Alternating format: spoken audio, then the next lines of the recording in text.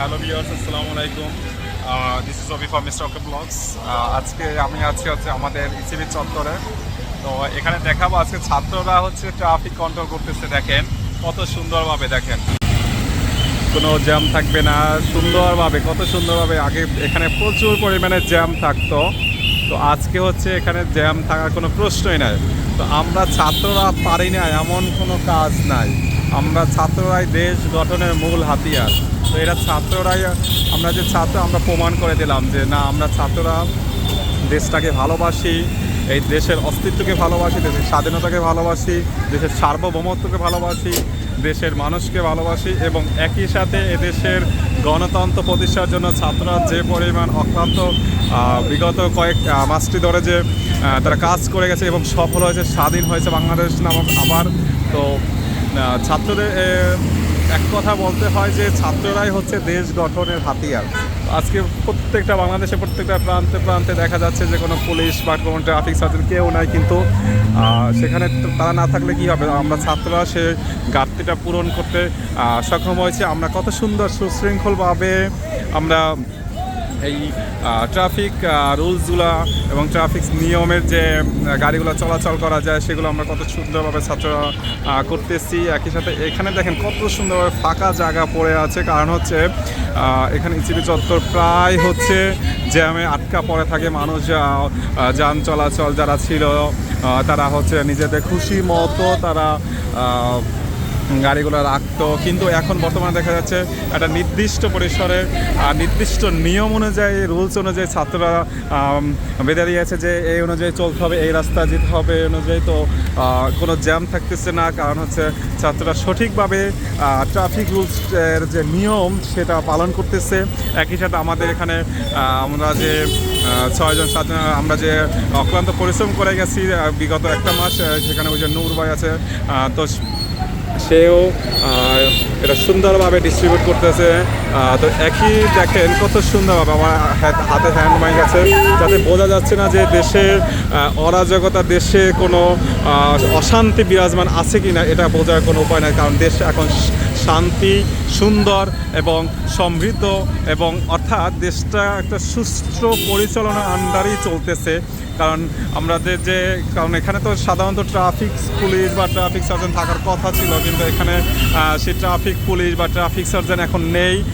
তো এই জন্য ছাত্ররা তাদের যে একটা অভাব, সেই অভাবটা এখানে পূরণ করে দিয়ে যাচ্ছে। তো সুন্দরভাবে তারা ট্রাফিক রুলস, ট্রাফিক যে নিয়মকানুন যেগুলো আছে সেগুলো তারা সুন্দরভাবে দেখাই দিচ্ছে যে কীভাবে যেতে হবে, এখানে গাড়ি থামতে হবে, এখানে থামা যাবে না, এখন যেতে হবে। তো দেখেন কত সুন্দরভাবে ছাত্ররা এরা পরিচালনা করতেছে। তো এখানে একটা সময় এই যে আমি জায়গাটা দেখাই, এটা হচ্ছে পুলিশ কন্ট্রোল রুম। তো এই যে পুলিশ কন্ট্রোল রুম, এখানে ট্রাফিক সার্জন যারা ছিল তারা এখানে বসে থাকে, অবশ্যই এটা ভেঙে চুরে তছনছ করে দিয়েছে। এখানে একটা সময় দেখা যেত যে অনেক পরিমাণ গাড়ি, রিক্সা, অন্য কিছু, তারপর সব কিছু এখানে থাকতো, কিন্তু আসলে এখন এই মুহূর্তে দেখা যাচ্ছে এখানে প্রচণ্ড পরিমাণ, দেখেন কত ফাঁকা জায়গা, কত সুন্দর একটা পরিবেশ বিরাজ করতেছে। এখানে নাই কোনো ট্রাফিক জ্যাম, নাই কোনো অবৈধ কোনো স্থাপনা, নাই কোনো জঞ্জাল, নাই কোনো বিশৃঙ্খলা। কত সুন্দরভাবে আমরা ছাত্ররা দেশটাকে দেখেন পরিচালনা করতে পারছে। তো বোঝা যাচ্ছে যে পরিসরের সবচেয়ে যে মূল যে কথাটা যেটা বলবো সেটা একটা দেশ গঠনের জন্য, একটা দেশকে উন্নয়নের পথে নেওয়ার জন্য ছাত্র সমাজের বিকল্প ধারাবাহিকতা নেই, কারণ ছাত্ররাই দেশ গঠনের হাতিয়ার। তারাই দেশকে উন্নত, সমৃদ্ধ এবং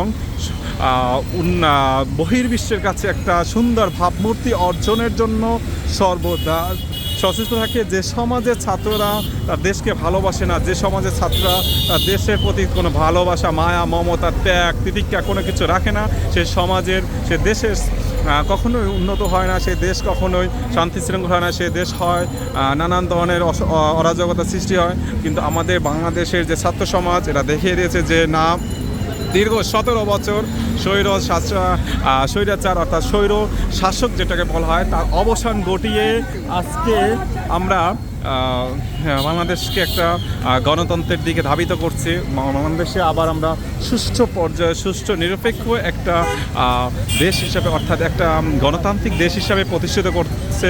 আর সেটার মূল অবদান হচ্ছে আজকের আমাদের ছাত্র সমাজ। তো ছাত্র সমাজের বিকল্প ধারাবাহিকতা আমার মনে হয় আর তৈরি কখনোই হবে না, কারণ ছাত্ররা হচ্ছে জাতির মেরুদণ্ড। যেমন শিক্ষা যেমন জাতির মেরুদণ্ড, অপরিহার্য হিসাবে ছাত্রদেরকেও বলা হয়। কারণ ছাত্র বা শিক্ষার্থী না থাকলে তাহলে সেখানে শিক্ষাকে গ্রহণ করা, শিক্ষার কোনো মূল্য থাকে না।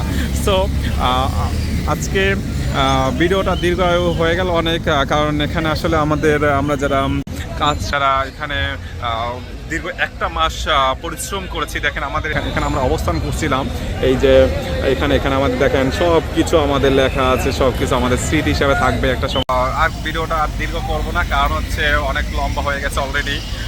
তো সবার কাছে বিনীত অনুরোধ থাকবে যে দেশকে যেভাবে আমরা স্বৈরশাসক থেকে, স্বৈরাচার থেকে আমরা দেশকে যেভাবে রক্ষা করেছি, যেভাবে দেশকে আবার সুন্দর পরিচালনা আমরা নিয়ে আসতে পেরেছি, সেই দেশকে যেন আমরা সঠিকভাবে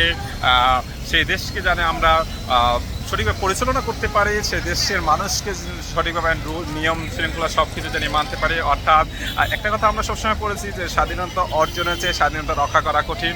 ঠিক আমাদের এই দেশকে স্বৈরশাসক, স্বৈরাচার থেকে আমরা রক্ষা করছি, এখন আমাদের গণতন্ত্র টিকিয়ে রাখতে হবে। অর্থাৎ গণতন্ত্র আমাদের মূল চাবিকাঠি হয়ে গেছে। আর এই গণতন্ত্র টিকিয়ে রাখতে হলে আমাদের ছাত্র সমাজ, অর্থাৎ ছাত্র সমাজের পাশাপাশি আমাদের যত মানুষ আছে, আমাদের সমাজে যত মানুষ, সকলের উচিত সমাজের যে নিয়ম কানুন আছে, যে নিয়ম শৃঙ্খলা আছে, সবগুলো মেনে চলা, ট্রাফিক রুলস মেনে চলা, ফুট ওভার ব্রিজ সব কিছু ব্যবহার করা, জেব্রা ক্রসিং ব্যবহার করা, মানে অর্থাৎ একটু যে সমাজে যেগুলো আমাদের বর্তমানে হচ্ছে নিয়মতান্ত্রিক সেগুলো আমাদের মানা হচ্ছে। যেখানে সেখানে ময়লা আবর্জনা ফেলবো না, আমরা অযথা কারোর সাথে কোনোভাবে ঝগড়া বিবাদ করবো না। কারণ হচ্ছে আমরা দেশটাকে এখন আমরা সুন্দর পর্যায়ে সুন্দরভাবে গুছিয়ে নিতে সক্ষম হয়েছে। এবং এজন্য আপনার আমার সবাইকে আমাদের যার যার স্থান থেকে এগিয়ে আসতে হবে এবং আমাদেরকে আমাদের নিজেদের অর্থাৎ একটা জিনিস কি জানেন, নিজেকে উন্নত করতে পারলে দেশ ও জাতি উন্নত হবে। আপনি যদি নিজেকে কখনো, একটা সরকার কখনোই দেশকে উন্নত করতে গেলে সে সব কিছু পারবে না। কারণ আমি ব্যক্তি যদি নিজে ভালো না হই তাহলে কীভাবে অন্যকে আমি ভালো করতে পারবো? এই জন্য আগে ব্যক্তি ভালো হবে, তারপর ব্যক্তি যদি ভালো হয় তাহলে দেখবেন সমাজ, দেশ সব কিছু ভালো হবে। আর দীর্ঘ করবো না, এখানে শেষ করে দিচ্ছি। তো সবাইকে অসংখ্য ধন্যবাদ। আল্লাহ হাফেজ, আসসালামু আলাইকুম।